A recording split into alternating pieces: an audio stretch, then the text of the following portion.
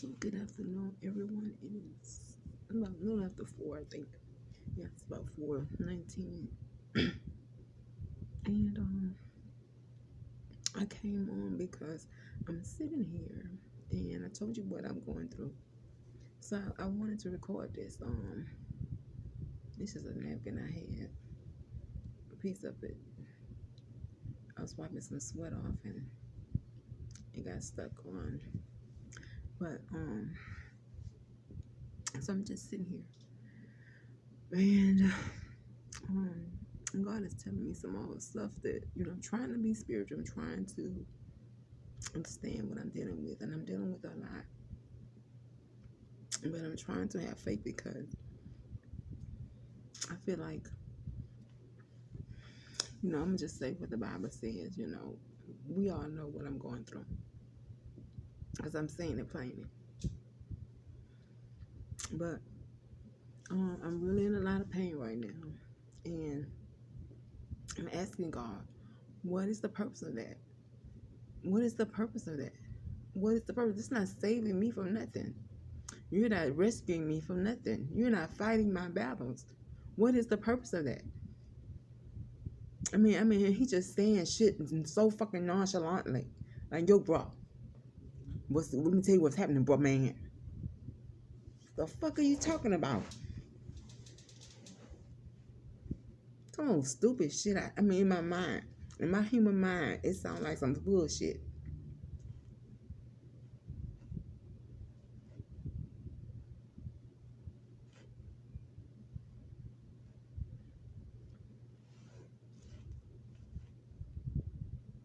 Saying something about when I do something, he won't know why other blacks not doing it. Because I'm doing, obviously, it's something racial that blacks should be doing. Well, go fucking do it. Shit.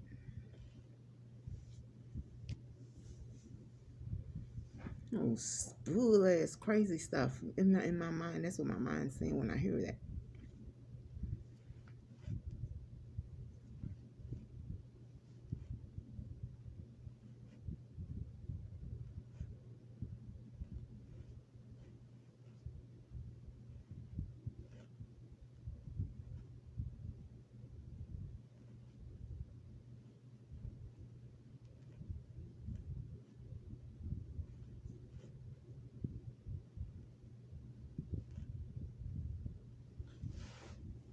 I'm sitting here. I have several things I need to do. Let me see if I can tell you the name of the book I was reading and see if we want to form and read it together. We might as well till we see what's going to happen. It is called Pleading Guilty, Scott Turow.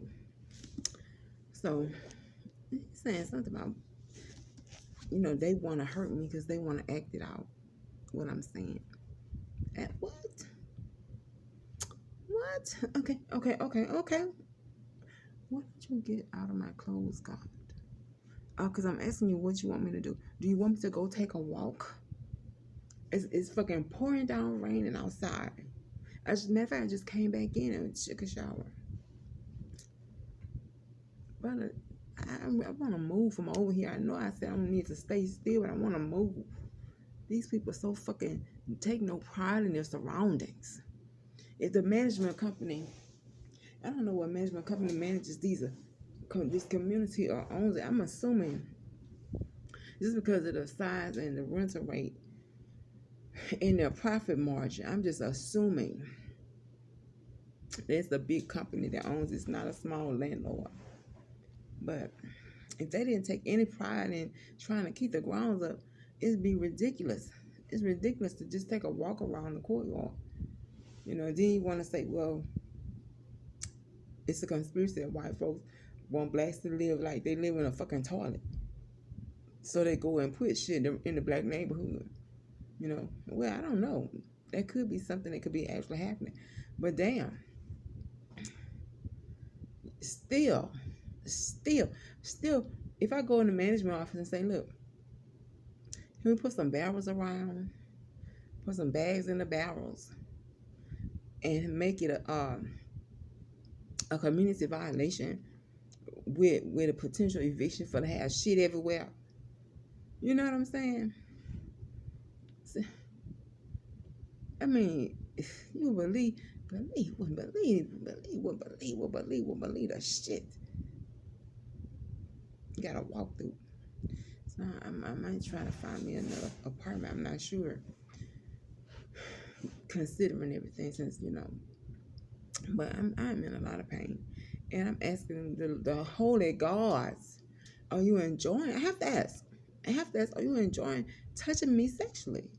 Because they're gonna say, if I go get the doctor right now, I'm gonna say, doctor, what would you say to me? She's gonna say, you have a mental problem. If I told you that I'm saying I'm feeling hurt sexually, what would you say? She gonna fucking prescribe some shit, and she gonna be completely justified. The fuck are you trying to pull? Well, fuck, bitch, you comfortable in heaven with no problems whatsoever. I got a problem I ain't fucking asked for, and fighting to the best of my ability, and I don't need you coming against me that fucking way. Motherfucker is gonna make people say, what's wrong with me?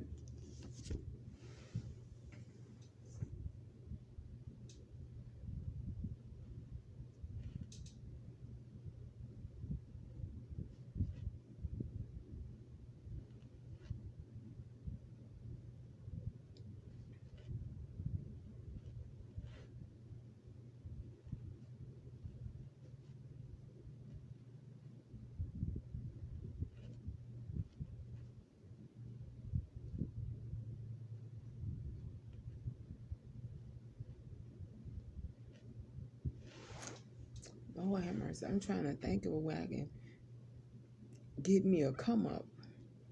I want to document. I'm gonna give me a camera, and I want this motherfucker to tell me not to arm myself. Ain't no fucking way where I'm gonna go out like a bitch, and you sitting there hurting me when I know what the Bible says, and I'm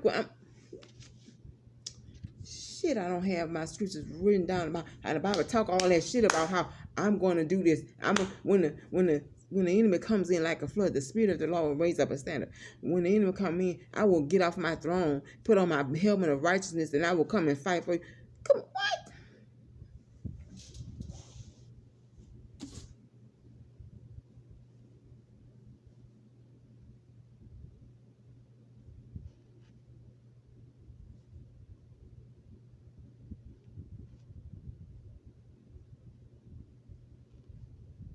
Unbelievable. I can't believe it's really happening to me. I can't believe what I'm supposed to do. Well, first of all, we don't give a fuck, Cynthia, what you're supposed to do. Seriously. Fucking seriously. I'm inviting us into a commentary, into a conversation, some comments and shit. Fucking serious. I am serious. What the fuck would you do if God was saying all kinds of stuff in the Bible, and all of a fucking sudden, none of the shit is working? Come on. Well, what the fuck would you do?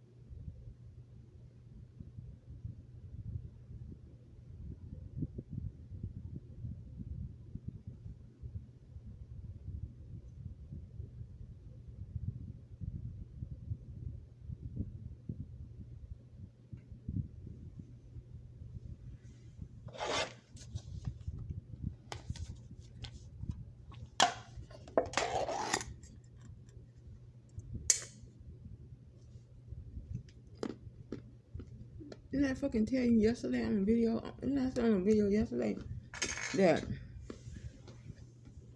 I had learned, listen to me fucking good now,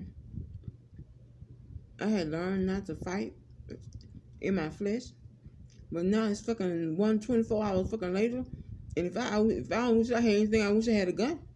This motherfucking bitch, shit, you can't fucking be serious, motherfucker. Yeah, but I'm going to hell. But you can hurt me. Fucking me serious. Better get the fuck up out my face. That Bible shit talking about I don't need no weapons.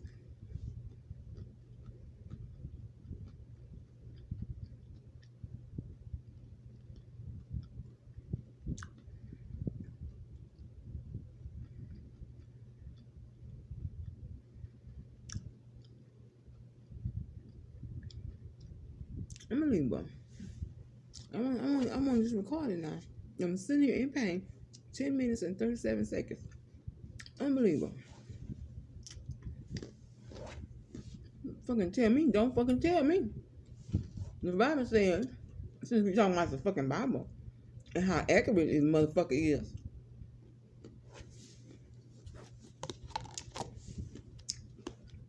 In the mouth of 2 or 3 witnesses, that every word be established. I'm telling you, I'm in pain. I need a fucking gun. Don't you fucking tell me you gonna do something when you sitting there and me sit here suffering. Talking about some motherfucker this and a motherfucker that.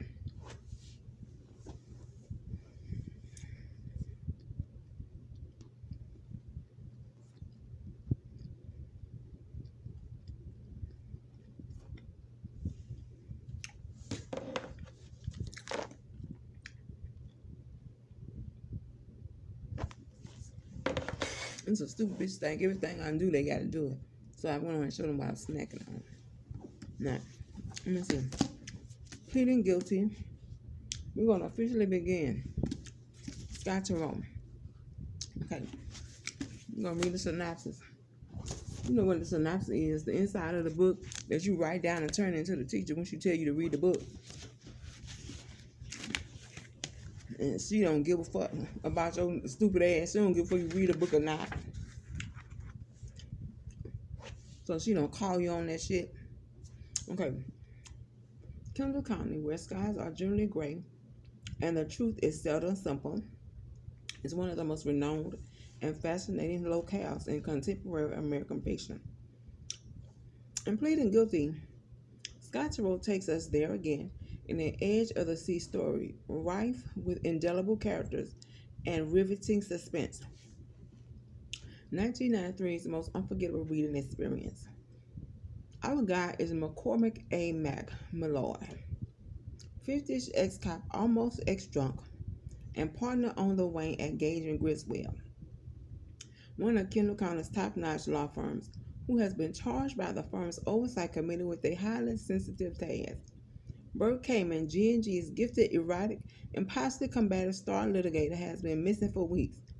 Also missing is $5.6 million from a fund established to settle a massive air disaster class action suit against Transnational Airlines, the world's largest carrier and G&G's biggest client.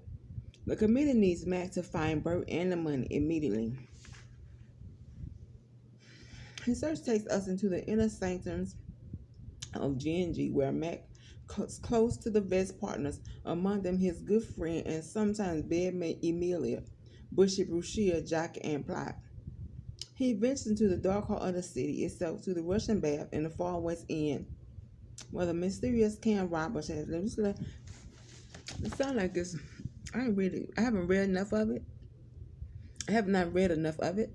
But it sounds like it's told from a third person point of view. I don't like that, but that's me.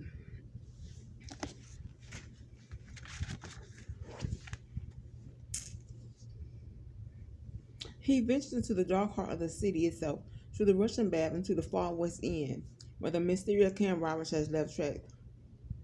Now that's what makes it interesting. Going into a place is in cities. If it's real, I know if I'm making something up, it's really a lot of it is not based in reality. I mean, it's not fantastical. It's not fantasy. It's not whimsical. It's not fantasy. But if I write about a restaurant, don't think you're going to come here and have dinner at that restaurant. Because the restaurant that I did actually write about a restaurant, and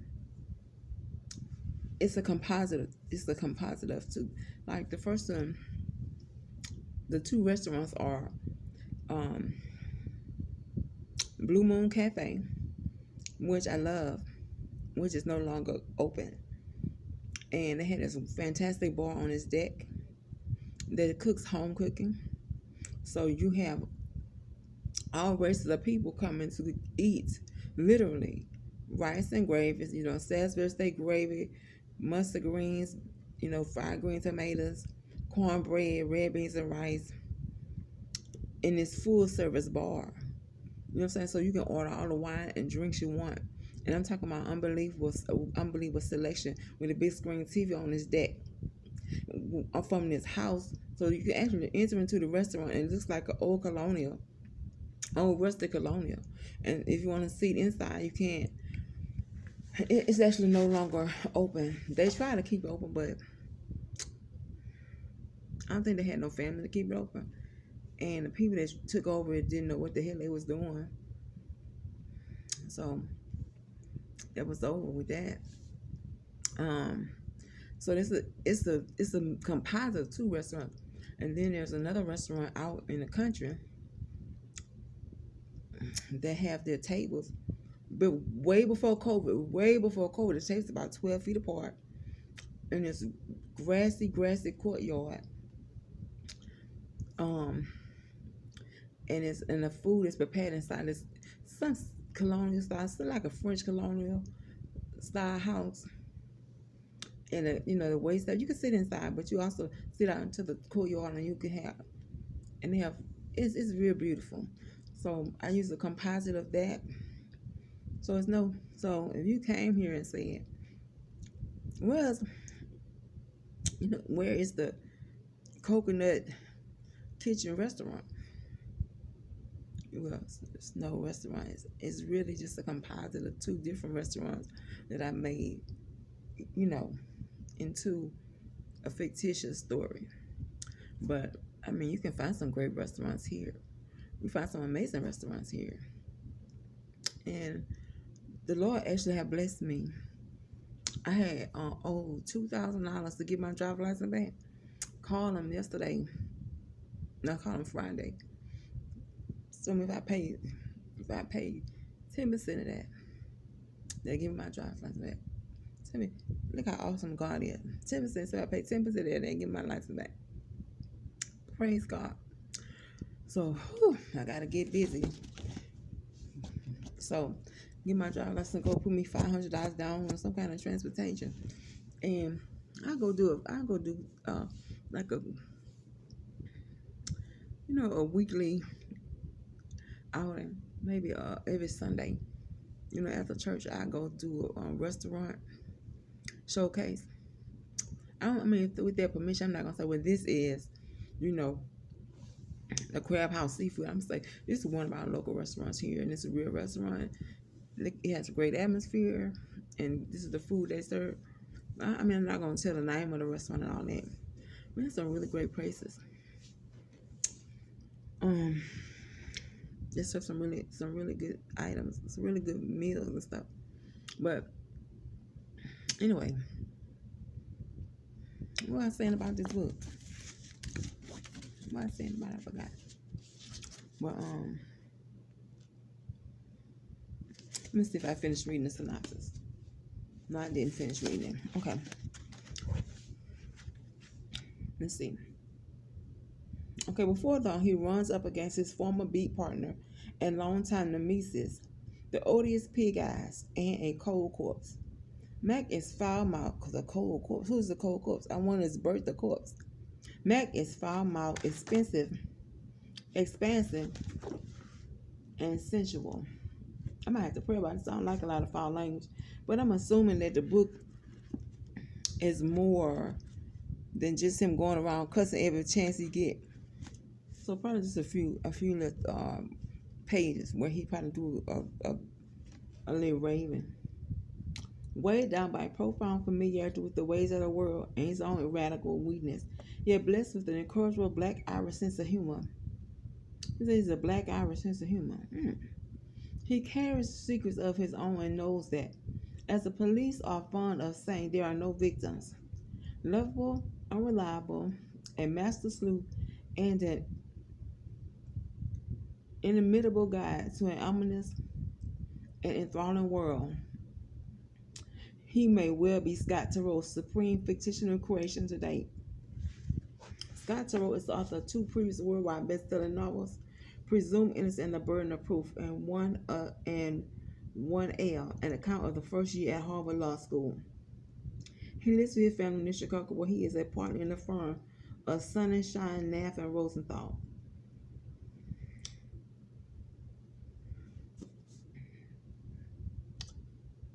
There's a word here, an inimitable guide to an ominous and enthralling world. I have no idea, I don't even know if I ever heard that word before. I'm going to make a presumption that it means he's an excellent guide. He's the prime guide. He's the go-to person when you need to go somewhere in his city. Why? Because it says he's a guide to an ominous and enthralling world. That means if you came here and you wanted someone to take you around the city, I'm going to say, well, this is our major thoroughfares. This one goes into the main heart of the city and leads into the upper class neighborhoods. This one goes into this goes away from the main heart of the city into the northern area and leads into the more economically depressed communities. If you take this one, I would avoid it, because this is definitely where you're going to find a lot of gunfire and crime, and could get potentially attacked and robbed or even killed. You know what I'm saying? So he's an inimitable. I might have to write that down. So let's wrap that up. So just the synopsis, wrap that up, because I don't like making videos longer than 20 minutes, because I don't watch them unless it's very intriguing. You know. And then I'll take, like, if I'm doing something, I'll let it play while I'm doing so I can watch it. If I'm washing dishes or something, you know, then I'll go ahead and let it play while I'm, doing that, or cooking or something. So I am going to, so next time I'll get ready to read. That actually helped a little bit. So our next session, which I have no idea when it's going to be, maybe tomorrow for 20 minutes, we can actually start. So we're going to start reading this book. And I got this book from the library. And I have several others. I may show you what the others are tomorrow before we begin reading this book. Well, it's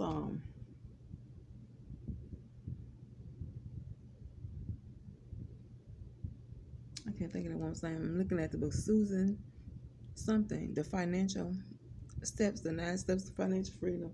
They was giving that one away. Television production handbook. It's actually a textbook. They were giving that one away. I think we were giving a lot of them away. A lot of them I didn't care for. But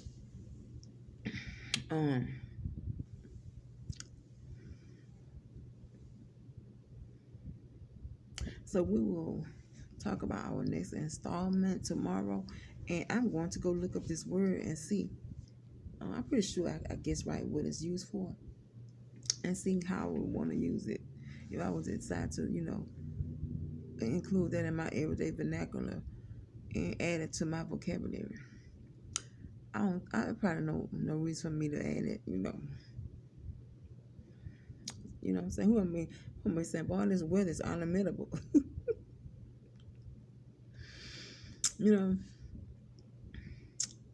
Boy, this road trip, this is an unimaginable road trip. I don't know. Anyway, so everyone be blessed. We'll see you on my next video, which probably be tomorrow. I'm going to do another 20-minute segment and see if we can finish this book together. Then I can give me an official book club. Now, if I give it officially, nobody's going to be reading every day.